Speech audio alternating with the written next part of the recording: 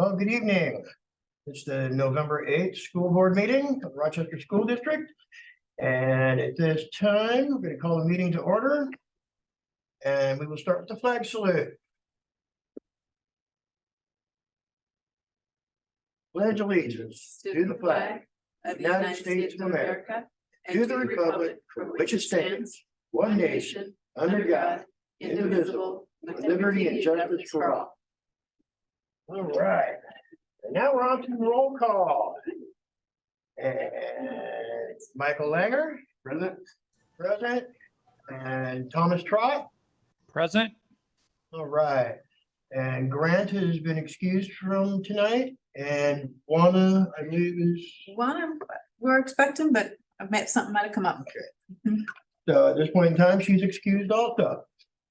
So now moving on, number 3, public comment, items that are on the agenda tonight.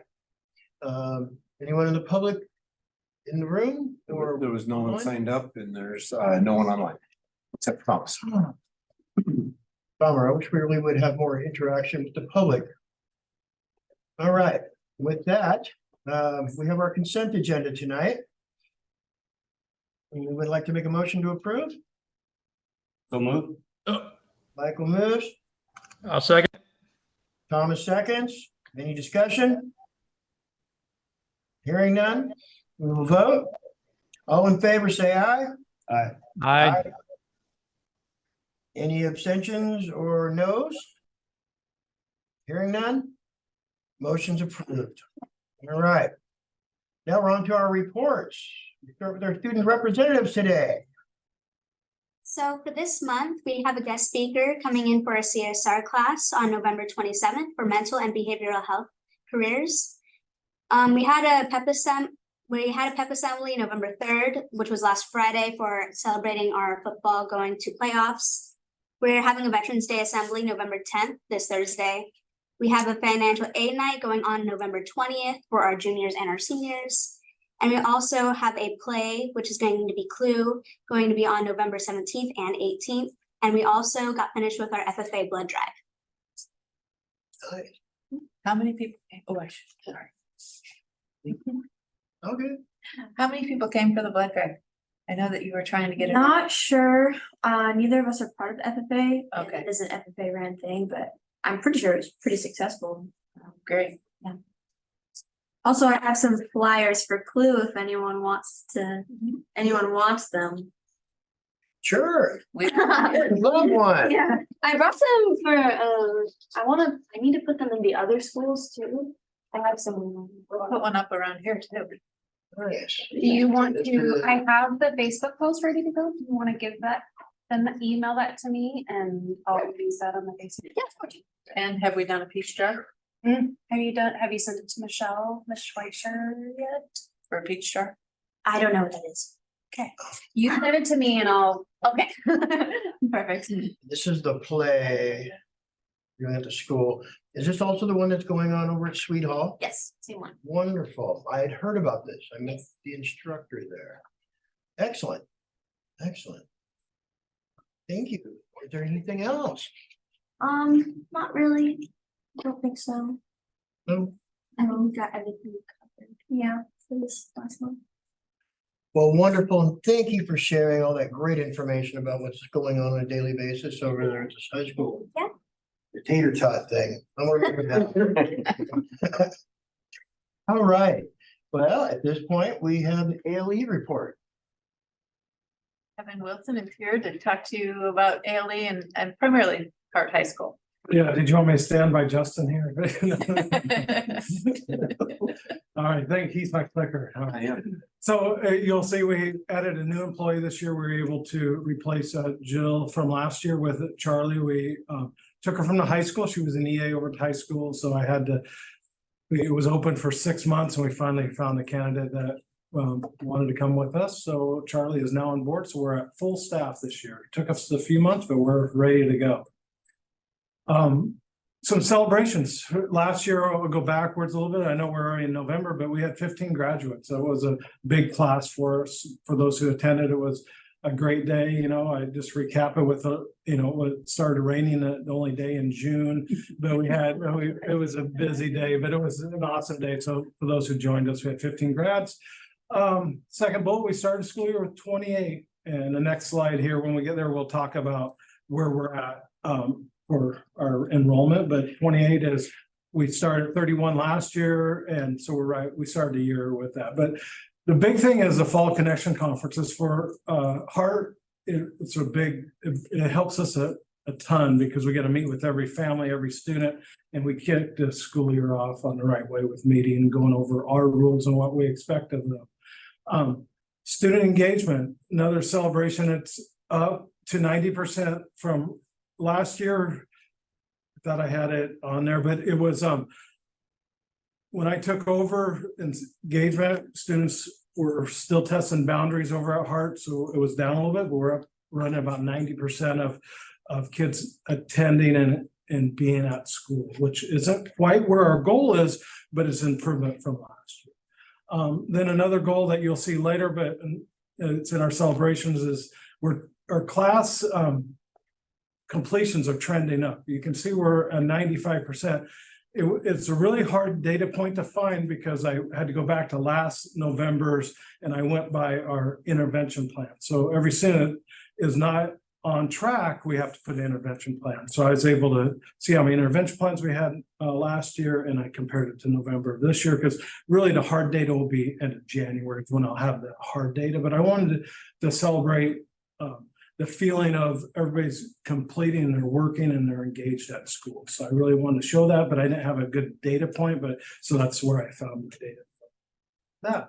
So you can kind of see the FTE and the head count for Heart. We started strong. We moved up a couple students each month, and this next month we'll probably be pushing 35. It's just a steady trend when we go up, and then I'm hoping we don't have the cliff that we normally see at Heart. Before I was there, we'd get a whole bunch and all of a sudden kids would disappear. I would love a steady trend upward and keep kids on the right trend there. So you can see the numbers of freshmen we have. We do have a couple freshmen this year. We have some sophomores, and you'll see our 11th grade is our biggest class because they started, a lot of those students started as freshmen for us. It was they were COVID students, and so we had a big freshman class a couple of years ago, and they've stayed with us.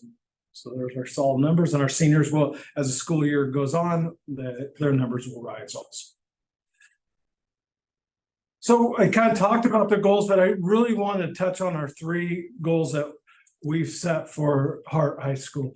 It's really the daily attendance. I know all buildings are, but we've always been looking at attendance at Heart. We need kids there.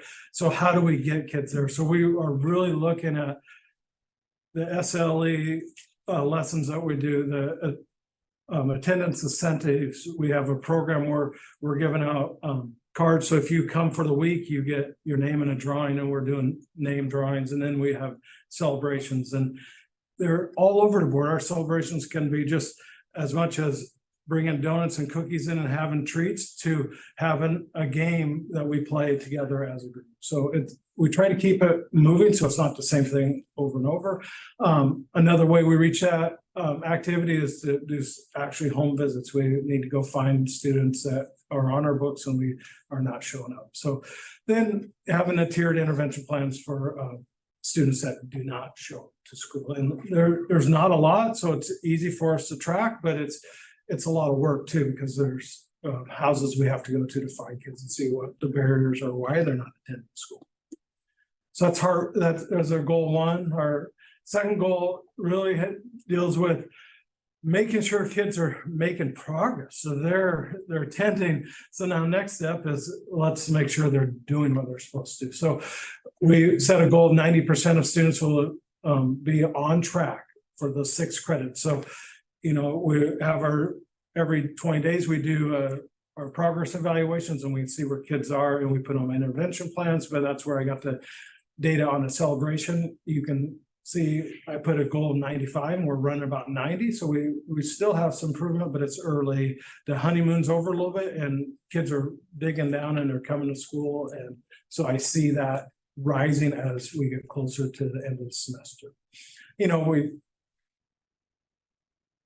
and other activities we'll do is the job visits. We want to get kids out and seeing different things, internships. So we're really trying to get kids to understand the value of coming to Hart every day.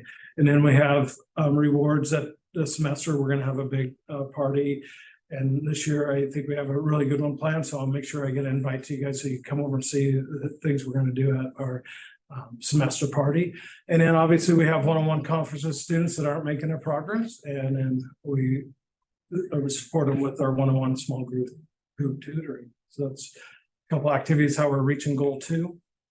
Goal 3, if I was to sum up everything at Hart, there's a word that could sum it up, and it's belonging. Everything I do and my staff, we work on getting a sense of belonging at Hart. That's why you see the yearbook made it up there again. It was a hit last year. Now we've kind of turned into, we're calling it a club. It's not an official ASB club, but it's just a group of students that gets together, and we developed this yearbook together. So they're doing it kind of on their own time between the 2 classes. They stay late. My goal is to have more clubs than this yearbook club, but right now that's the hook to get them to be part of Hart. The reason they come, we take pictures of them. That way, I think it was huge having the graduation at Hart last year, because that's where they want to be. It was a great place to be. And then kind of touch on trivia games, but we kind of go around with different games and just keep them on their toes so that they don't think it's the same thing. But just short trivia games and try to get them involved with school and feel belong at Hart. So those are our 3 goals that we have. So before I go to the next slide, is there any questions about Hart? Yeah, you answered the question I had. I have a question. Okay. Hey, Neil, can you hear me? Oh, yeah. We hear you, Okay. man. All right. Hey, so my question was one of the questions was on the slide for attendance or numbers, excuse me. And you said you had 2 freshmen? Yes. Is that correct? Yes. 2 freshmen attending Hart right now, yes. So what would be a cause or a reason for a freshman to join Hart? I see you got, right in October, right after school started. Sometimes there are situations where parents will look for an opportunity for their student, just a smaller class size. I've heard a lot of different things. So we don't have a rule that a freshman cannot attend. We want to make sure that it's the right fit for them. And through the interview process and through their counselor, we try to make our best decision on if they're a fit and if Hart fits for them, because there's things that we have to be aware of. Obviously, how young they are, but the graduation pathway that they're going to pick when they get through there. So all that work's done with our high school counselor and their parents to make sure it is a good fit for them. Okay. And my second question was in reference to, I think on your next slide or slide after that, you talked about attendance. Yes. Yes, chronic absences. Now, do you sit those individuals down and kind of have a little one-on-one with them and, try to dig in a little bit deeper to figure out, why they are having these chronic absences? Oh, for sure. That's part of when it's usually not just with the students, with the parent also, because I really try to involve the home to see what is going on, what barriers, because we do with no transportation to Hart, that can be one of the big barriers, is just trying to, even though we ask the question when they enroll in Hart, but sometimes transportation at home changes. And so that is one of the barriers that students have, is they think they have transportation figured out. And then when it comes down to it, something happens at home where they can't get it there. So yes, it is a one-on-one with the student, but the parent is also involved with it. Okay, thank you. You're welcome. Yeah, I really appreciate the belonging piece and the clubs and all that. That's what I was going to ask about. So you answered that. And this is the easiest question you're going to have of the night. How do the kids eat? Like, does lunch get brought over there? Is that breakfast? And one thing we really pushed last year was to have a hot lunch. And hot breakfast is already coming over there, but instead of having this dry cereal and stuff, Sodexo brings over hot breakfast for us also.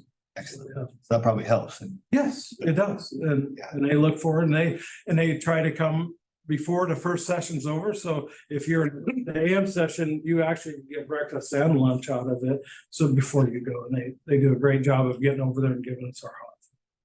thank you. I didn't understand that before. So. Yeah, just real quick. So I just want to thank Kevin. This is his second year doing Heart, and he's really taken it on and made it his own and made a difference for the kids that are there, for things like making sure that they had breakfast and lunch there and the clubs, and the kids that are there are connected to Heart, and he's really moving it along as a school in and of itself. So it's fun to watch, and he keeps referencing graduation, but Neil was at graduation last year too, and it was a special graduation. It was a very neat event. Even though it was raining, I don't think there was one person that minded. It was a really nice event. Thanks for making that happen. Thank you. What I was about to say was there at graduation, signed the diplomas, all the kids were amazing. They were so happy, even with the rain, and all their family members.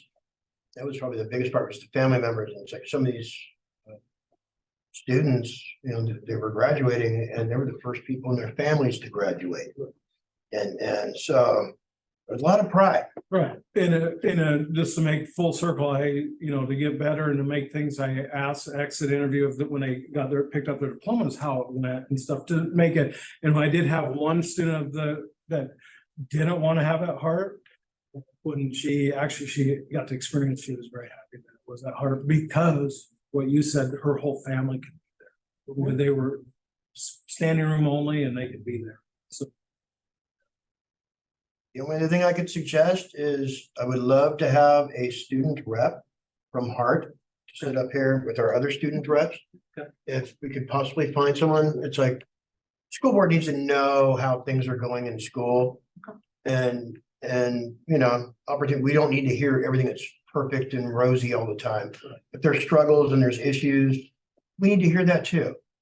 If there's something that we can do to try to make things better and transition for them, it sounds like you're doing a great job over there, and I really appreciate all the effort you put into this. all right, thank you. Thank you.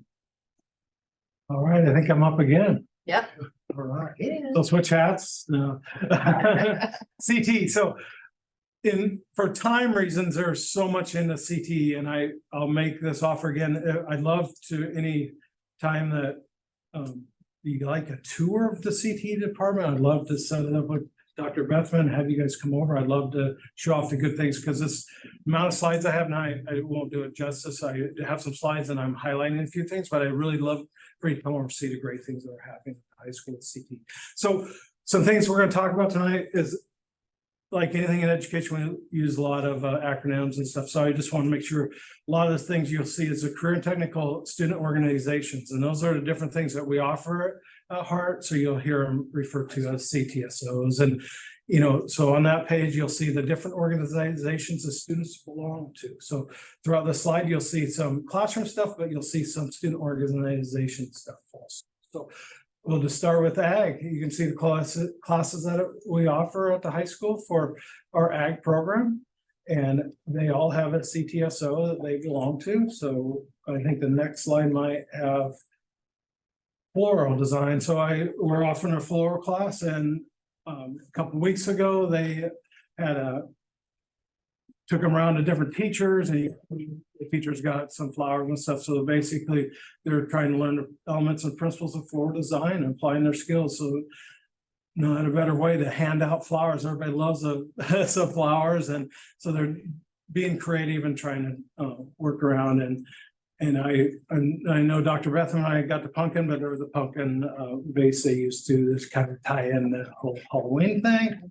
So you'll see some students getting that. And then next slide, some shop students. So this is still under ag. So I just wanted to show one metal, one wood shop. They're making some stands for the students, and then an art project on the side out at Weldon. So they're cutting pieces and assembling a step stool for a tote. Also, it's going to be a dual purpose step stool. They're making a wood shop.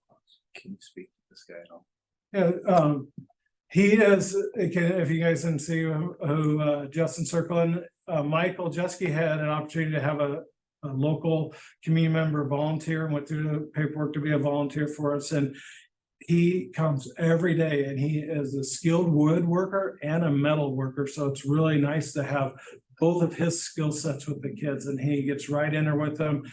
Actually, I think that's his project that they're making in that class right now, because he brings a new set of eyes to both of the programs. So, but great personality, laid back, works with the kids very well. So he's a great volunteer here at Rochester School District. Next, health sciences, that's where we'll get our sports medicine, and Amy Ann does our health classes, not every single one of them, but as many as we can. And she does intro to medical careers and our sports medicine. And that is her student organization that she belongs to. It's a long one, but that's not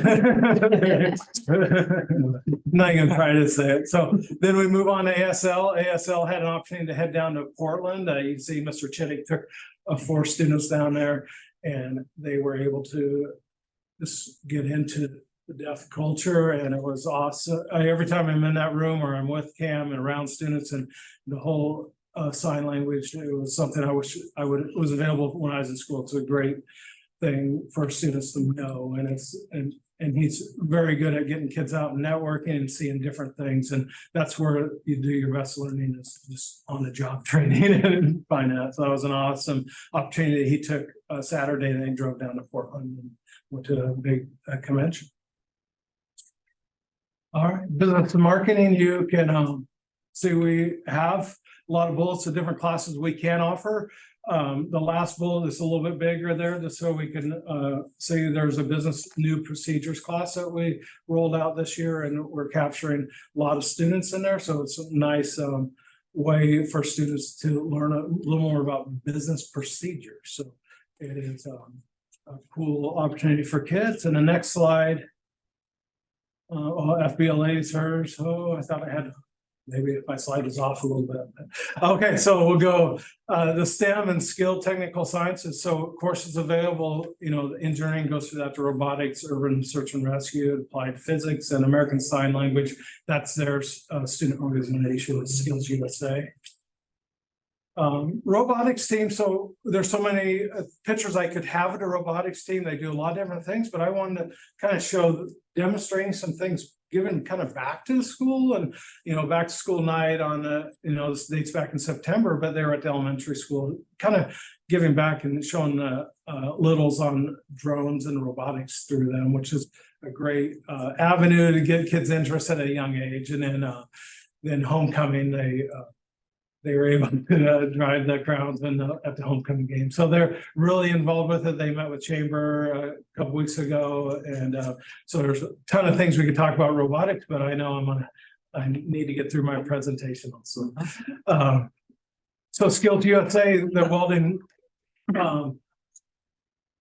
and fabrication and art sculpture. So the middle picture there of the wheels are Mr. Jeske. Do you remember the tractor that was donated to us that he auctioned last year? He had a drawing for, he's actually building, the kids are building a bench for them out of those wheels, and he's going to give that to them for a big thank you for donating a tractor that he could raise money. So a gift back to the community there. He's going to give back, and you can see some artwork by the welding department, and that's their student organization.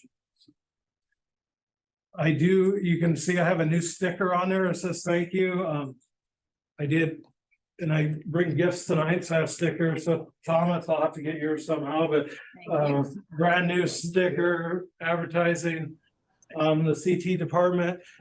The goal is to have that on every CT vehicle we have. I bought some magnets, and we're going to put the stickers on the magnet, and they'll be on the door. So when we roll in, they know that where we're from Rochester High School, and we're for technical ed. So try to get all the different departments on the sticker also. So that was a lot of information real quick. Any questions about CT ed? Thomas, any questions? On your urban search and rescue, where do they practice? I saw that on there and I was kind of curious as to. In a commons, but they have the course broken down, so they'll have like the mailbox set up in the classroom, because luckily he has a bigger classroom, but when it gets right down to the time to practice that, they're using the commons to set the course the best of the to meet the state standards. They're building a robot. Yeah, they're doing a, Rescue. yeah, they build a robot to do the search and rescue, then they have to practice that robot with the different courses. Okay, do you know up at our Little Rock station, we have a 1, 2, 3-story building, I think that is still serviceable, that they could possibly use. I mean, we'd have to do some coordinations and stuff and get approval. But if they ever wanted to do that, we just have to reach out to the admin and, between that, flying the drones to check the top of the building or something like that, I'm sure as long as the building is sturdy, I don't see why we couldn't try to get permission for that. Thomas, I just want to remind you, the urban search and rescue for Skills USA is the robot that you crashed in the classroom last spring when you were out visiting them. Hey. I knew I'd jog your memory with that. I remember them coming to one of our school board meetings and they were showing us the different things and how the different courses and I was very amazed. Yep. So, All right, any other questions? Michael, any questions? No, I was about same thing, urban search. I love it. Not every kid was meant to go to college in 4 and 6 year degrees. And opportunity to learn trades and using your hands and artistic opens up so many different avenues. And I really like the shop classes and the ASL stuff and, the CTE, the business education, that is wonderful. And it's just, kids have opportunities to learn practicing skills that they can use in the community. Where that makes them more of an asset walking in the door to a lot of these different businesses. For sure. Community. And it's wonderful. Thank you. And I'm really proud about the skills and all of it, really. I mean, it's amazing. And I'm so happy for these kids that are getting an opportunity to participate. A lot of districts have gone away from this type of stuff. And I'm glad we still have it here, and I really hope it continues forever. Thank you. Yeah, and I hope you take us up on my offer to come down and see us. I'd love to do a tour or something. All right, thank you. Thank you, Kevin. Yeah, I got one from a game one last year. All right, and it's time for our athletics update. Good evening, everybody. Well, we're currently at the middle school. We're currently in season 2, which is co-ed wrestling and girls basketball. But we have completed season 1. I get excited about sharing the numbers and in particular the growth. And so where you see the plus sign, that's an indication of where those programs have grown. So season 1 football, cross country and girls soccer. We had 56 football players out this year, one of which was female. Compared to 45 last year, that's an increase of 11, and 43 of those individuals are multi-sport athletes. Girls soccer, we had 27, an increase of 4 from last year. 23 of those are multi-sport athletes. Cross country, we had 16, and we increased by 2. I think the real exciting part about that program this year was the increase in the female athletes, increased by 7. And that's certainly a trend that we want to celebrate, encourage, and work toward. I mentioned season 2. We're currently doing that. There's a basketball game. It's finished up by now. That happened at the middle school today. But co-ed wrestling, we had 32 come out this year. That's 4 more than last year. 20 are multi-season athletes, and girls basketball, 37. And so we have 3 teams. That's an addition of 6 compared to last year, and 32 of those are multi-sport athletes. I would direct your attention to the top right corner. And that's real positive. I think anywhere in programs building, you can be 50% or better where your athletes are participating in multi-seasons. That's really encouraging. And this is pulled from our athletic nucleus, which is final forms. And so that's a projected number that is reflective of students who have signed up for sports that haven't happened yet. So we want to work hard to make sure that those come to fruition, because those are exciting numbers. Middle school. So at the high school level, boys golf, we had 17 athletes, 4 multi-sport athletes. We are consistent with last year's turnout in boys golf. We had 6 make it to districts, which was late in a later slide. Also exciting is that they received Distinguished Team Award with the 3.207 GPA. Volleyball, 32 athletes, an increase of 3 from last year, 18 of which are multi-sport athletes. And they have an outstanding team acknowledgement from WIA with 3.766 GPA. Girls swim, 8 athletes, an increase of 2 for multi-sport athletes. And again, another outstanding team award with 3.683 GPA. Girls soccer, 24 athletes. This one decreased a bit this year. However, 17 are multi-sport athletes, and they're really intelligent young women too, with an outstanding team award of 3.665. Football, 53 athletes, decrease of 3. Football is such a draw. It seems to consistently be a solid number. 10 are multi-sport athletes. They received the Distinguished Team Award of 3.98 GPA. Girls cross country, we had 5, which is an increase of 4, and hopefully we see those 8th grade runners from the middle school come up and help populate our girls numbers in cross country next year. 5 are multiple sport athletes, and they also received the outstanding team acknowledgement from WIA with 3.810. So they're getting it done on the athletic field and courses, and they're also getting it done in the classroom, and their GPAs reflect that. Yes. How, on football, both for middle school and high school, how many teams do we have? Those are big turnouts. At the middle school, there's a 7th and an 8th grade team. And at the high school, there's a course of varsity team and a JV team. And sometimes we haven't yet, sometimes because they break it down by skill level. So you have a varsity team, and then it's up to the league coaches assessing their teams to determine what level the JV should play at. So there's a JV1 and a JV2. Oh, and this year we were at a JV2 level, which matched the number of the schools that we compete with. Yeah.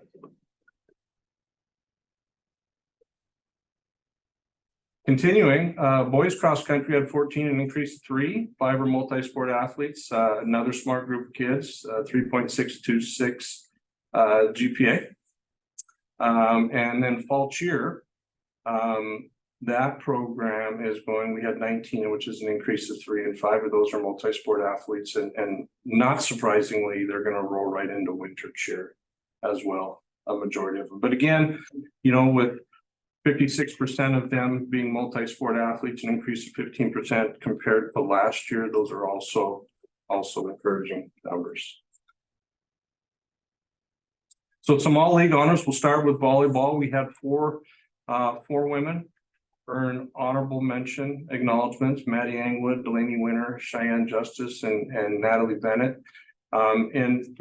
Their season, they had some highs and they had some lows. They took some sets into, losses of 25-27 and 26-28. I think the highlight for them in their year was their last game, senior night, when they beat WF West in 4 sets.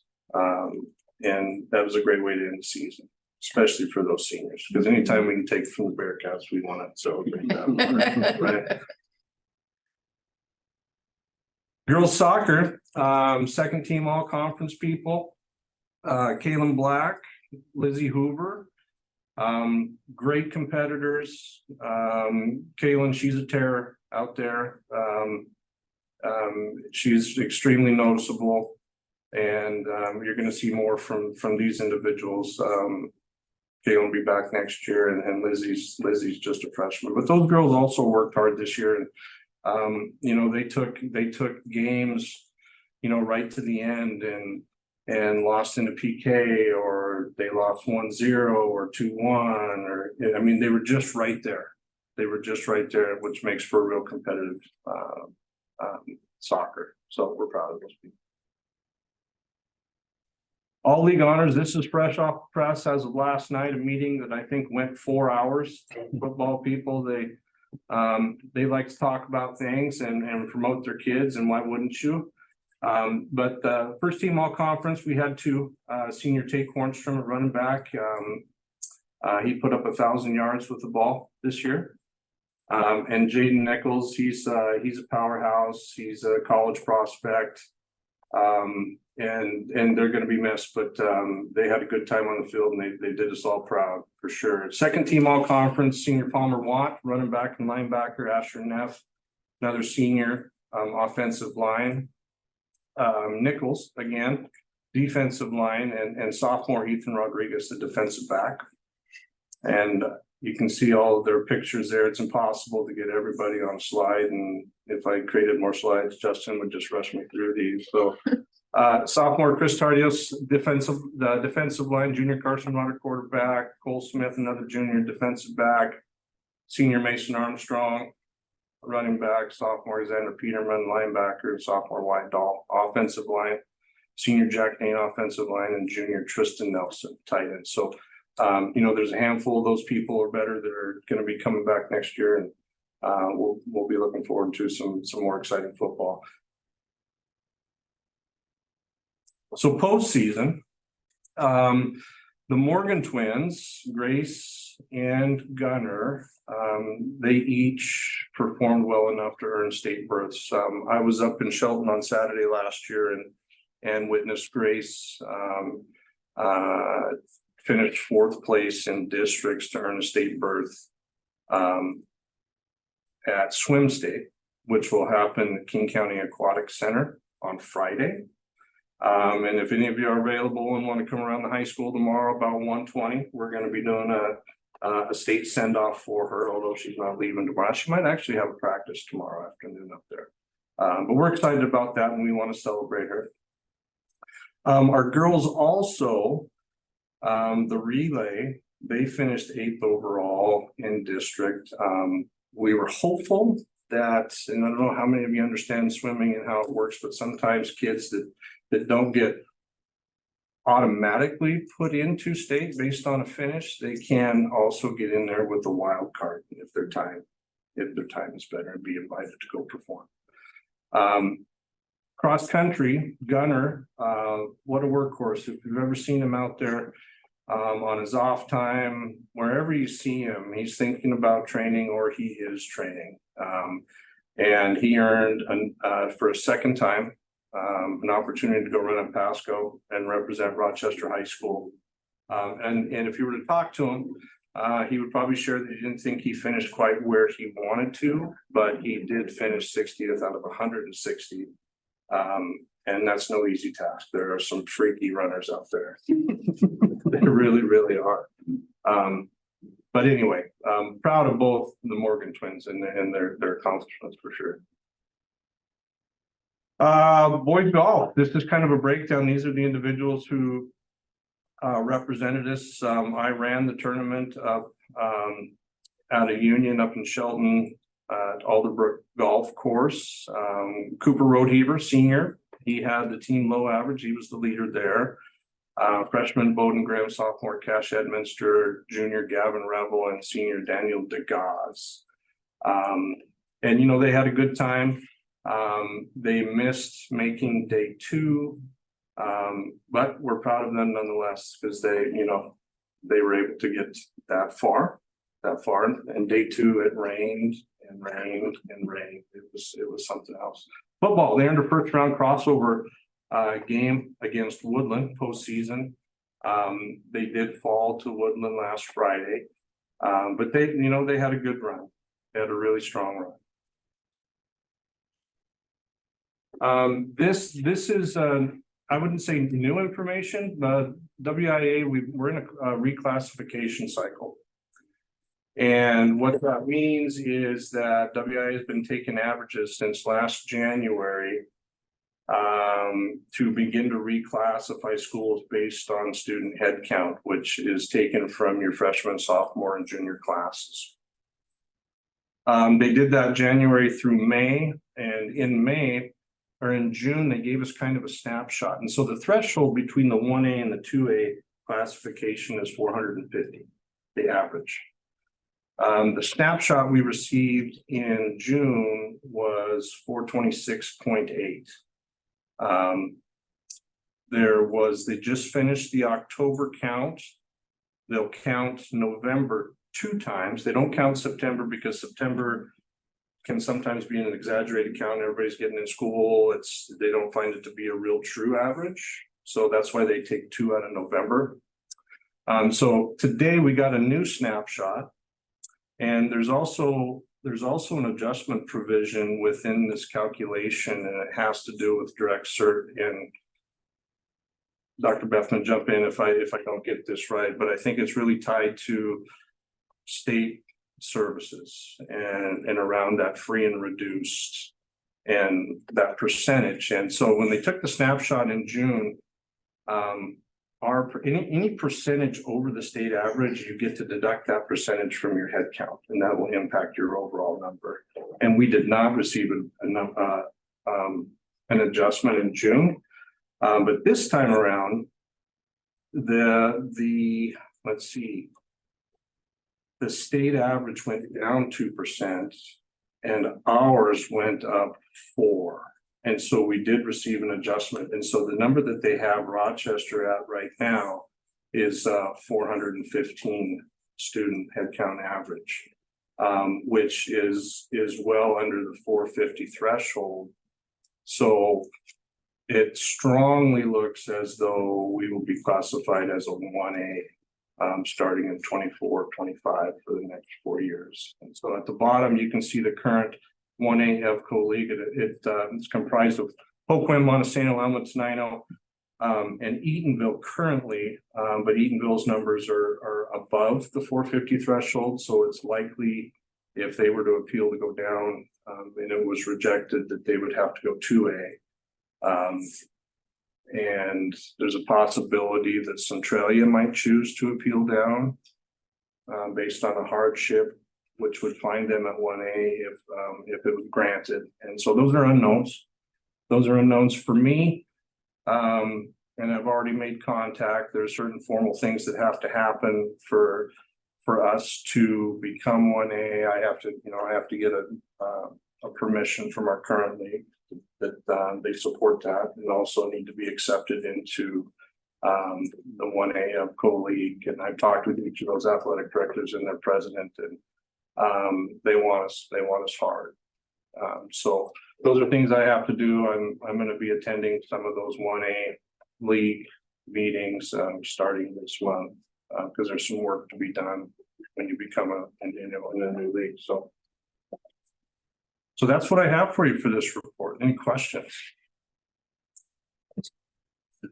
That sounds exciting. I'm sure we wanted to be 4 years ago, 8 years. Any downsides in this? I mean, this sounds like I don't see a downside to it. When I look at this, when I begin to look at the league we're in, and I think about the schools in the north and the schools in the south, and we're such a small 2A.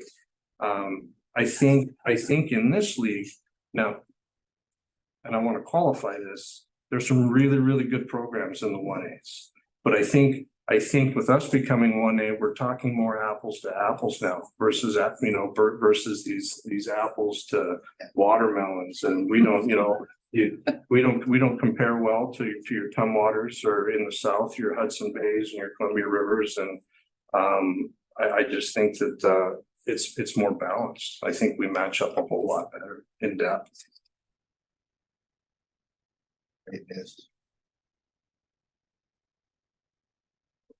Okay. Any questions, Thomas? Questions? Okay. Thanks for letting me be here.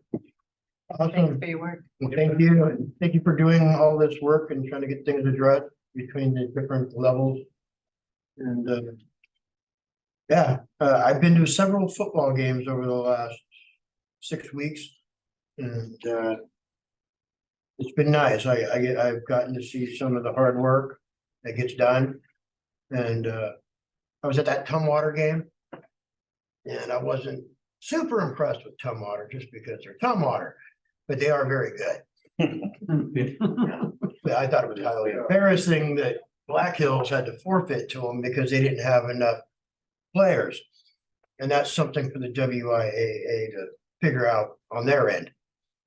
That's a different district, but they made the playoffs this year. That was amazing. Oh, and one more thing, the drill team. The drill team, young ladies that were up there doing the drill team stuff at Tumwater, they were amazing. I was really impressed with them trying to keep the spirit up of the parents and the people that came up there to attend that game. I was very impressed with that. So, yeah, congratulations to all of our athletes. And then, so we have one person swimming this weekend. Yes. The Aquatic Center. Wonderful, wonderful. It takes a lot of work and a lot of dedication to get to those types of positions. Great to see the football team and all the accolades that they received also. Thank you very much. Welcome. All right, with that, we have business report. So I will speak just very quickly about the business report. Jill's on a well-deserved vacation right now. She just finished up the 22-23 year-end budget. And so she will explain this to you more when she gets back.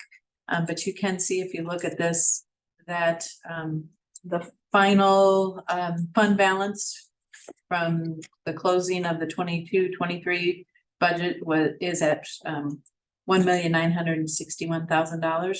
So with a lot of work from the team and earning some grants, and Jill really working very diligently to make sure that we are watching every penny.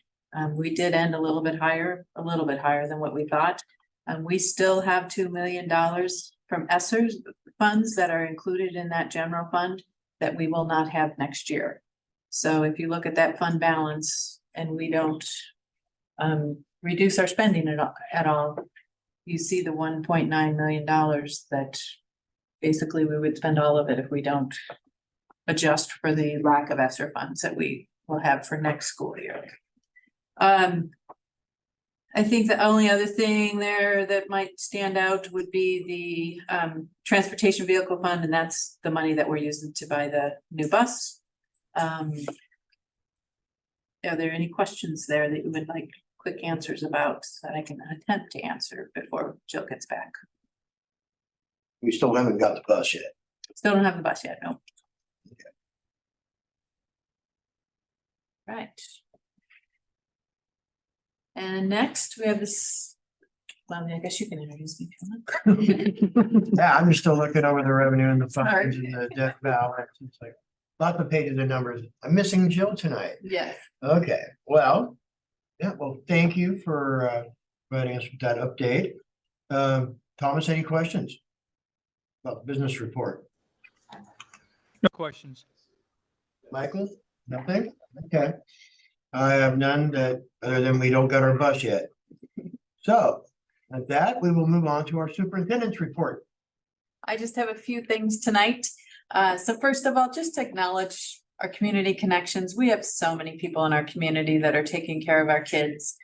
And just a few that came to mind as I was putting this report together.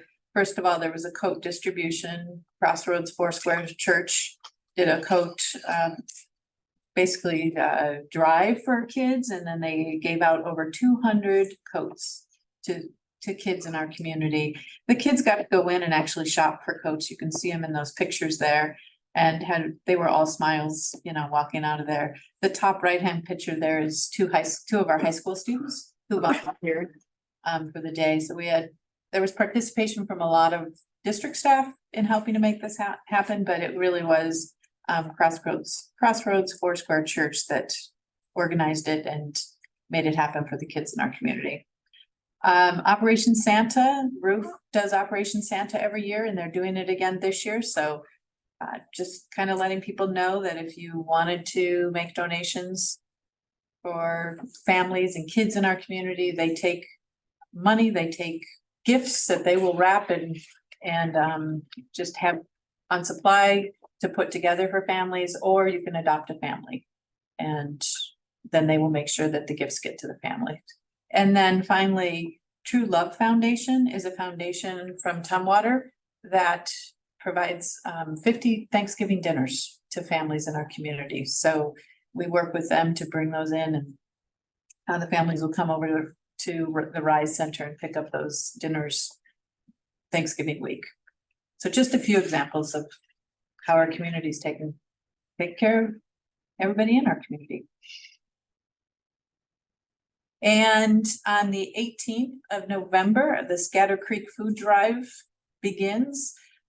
This is the big challenge between us and Tenino, and the whole idea is we're filling a bus with food. So that's the same day as the Holiday Bazaar at RMS, and the bus will be in the RMS parking lot. And so if you have food that you want to drop off, bring it on by. That food then goes to support Roof Food Bank.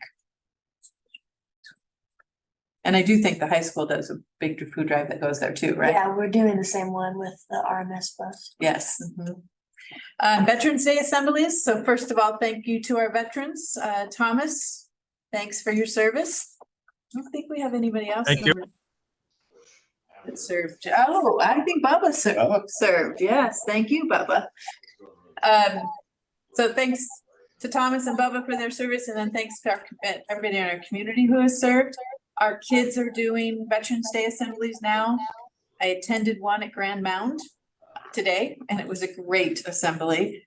The kids did the entire assembly. It was not presented by adults. The students, you know, they did all the spoken parts. They explained what a veteran was and why Veterans Day is celebrated, and they sang songs and they did little dances. It was a very well done assembly. Tomorrow at 7:35, the middle school has theirs, then the primaries is at 9:05, and the high schools is at 9:40. So if you would like to be a part of any of those assemblies, you're certainly invited. And then I am putting this out. I just want to state it here, and if anybody watches video of the board meeting, we want to start to get the word out. Last month, it was decided that we're going to collect proposals from our community about how to repurpose the old gym, and we want ideas from our community. So in January, the board will be reviewing those proposals and start looking at that and determining how to move forward. I'm going to have information about how to submit those proposals. It'll be on the website beginning November 20th, and we'll also put it out on Facebook and different places so people are aware of that and can submit their ideas. And then just upcoming dates. So tomorrow is are those Veterans Day assemblies that I talked about. WASDA conference is next week. We have the RMS Holiday Bazaar. That's where the bus will be for build the bus for the Scatter Creek competition. What do they call it? Scatter Creek. Gosh, where am I?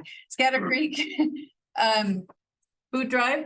And there's also a Thanksgiving feast served at RMS from 12 to 2 o'clock on the 18th. So that's part of the Holiday Bazaar as well. It's going to be quite the event. November 21st, that's the legislative tour with Representative Couture. And it's from 11 to 1 o'clock, and I will be would love to have a board member join us on that tour. So if there's somebody who would like to join. And our next board meeting is on December 13th. And then our final one, just tonight, I thought one was going to be able to be here. I wanted to thank her. She's been on the board now for 4 years and did not run for re-election. So wanted to make sure we thanked her for her service. And then just know that we're watching to see what happens with our elections now. Board members, new board members will take the oath of office on December 13th at our December 13th meeting, right after the elections are certified. So just want to thank all the board for everything they've done for the last 4 years. And that's all I've got. I do think we have a few other business items, unless there's questions.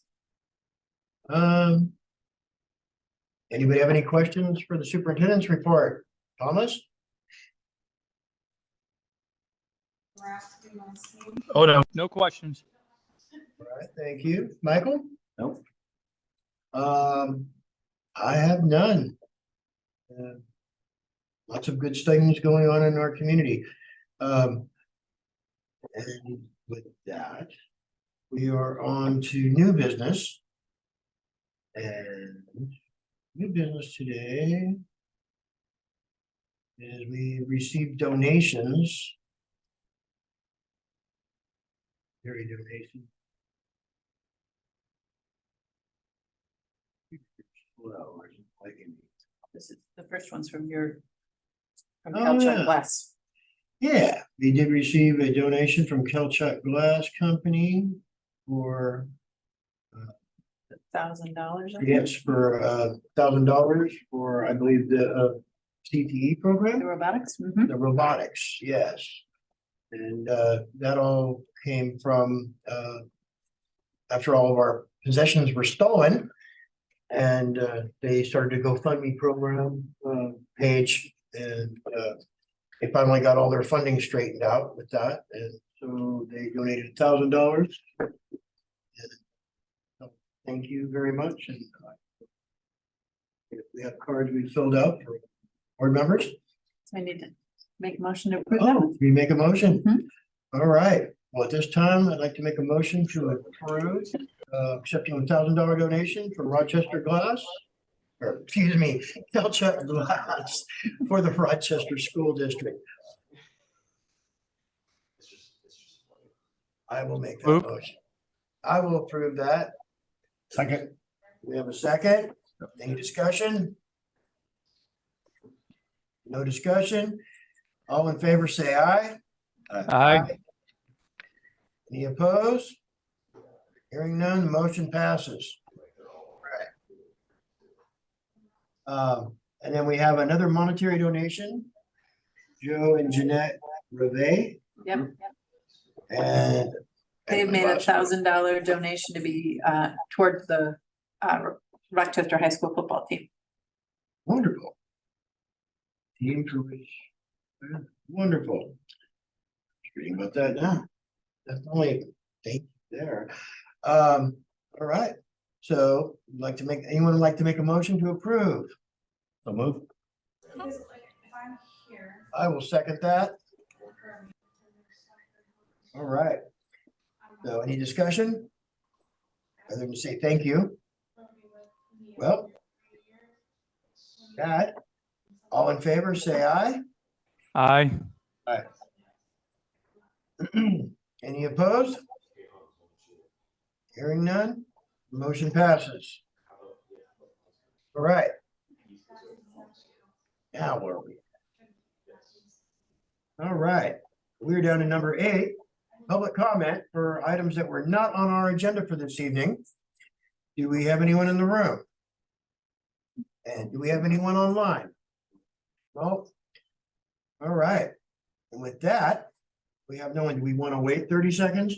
You don't need to. Okay, I just want to make sure I give everybody the opportunity to show up and participate in our meetings. Very good. You know, that's the best part about Zoom and all the craziness of COVID. we can actually have meetings and people can actually not actually have to physically be here and still participate. And all the craziness of COVID, that technology has been amazing. So, all right, with that, we are at the end of our meeting tonight. And thank you everyone that attended. Ladies, thank you. you. And meeting's adjourned.